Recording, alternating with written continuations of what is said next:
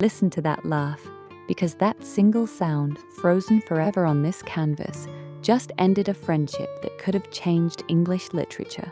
Look at her, head thrown back, dark curls spilling loose, cheeks flushed rose pink with the sheer, uncontrollable force of her own amusement.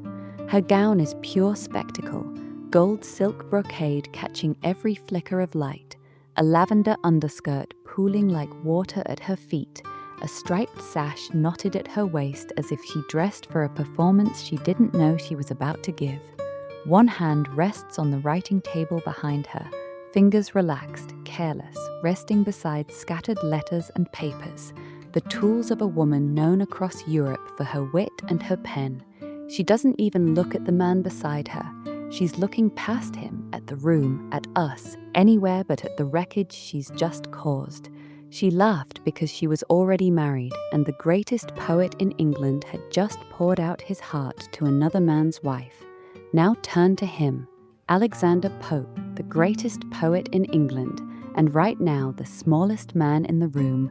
His hand is clenched against his lips, not in thought, not in amusement, but in raw physical restraint, as if he is holding something back by force before it breaks free of him entirely. His eyebrows are pulled together, his eyes narrowed, fixed on nothing, staring into the exact moment his heart turned to stone. He is dressed immaculately, powdered wig, black velvet coat buttoned to the throat, lace spilling from his cuffs, every inch the gentleman, and yet none of it protects him. Frith even seated him deliberately, hiding the curve of his spine from us, sparing him one humiliation while the painting delivers another far crueler one in full view. And now look behind them both, because this is where the painting turns from tragic to almost cruel. A sculpture of two lovers locked in a perfect, effortless embrace, stone arms wrapped tight, stone faces pressed close in a kiss that will never end and never falter. It sits directly between Pope and Lady Mary, exactly at the place where real love should have been standing. And instead, it watches, it doesn't move, it doesn't speak, and somehow that makes it worse. That statue isn't just decoration in this room, it is a silent audience. It is mockery carved in marble, showing Pope in permanent, aching detail exactly what he just begged for and exactly what he will never have. Even the room is laughing at him. Look closer still.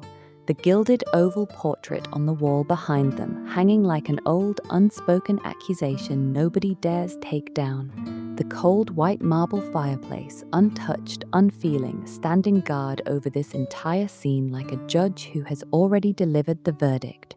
Even the carpet beneath their feet, tangled in deep reds and blues, seems to churn with the tension neither of them will admit to feeling. Every object Frith placed in this room was chosen. Nothing here is empty space, nothing here is innocent, because history tells us what happens after this frozen second ends.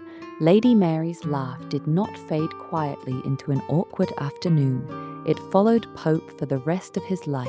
He never forgave her, and he spent years afterward turning his pen into a weapon against the woman who made him feel this small, this exposed, this mocked, even by marble statues that couldn't speak.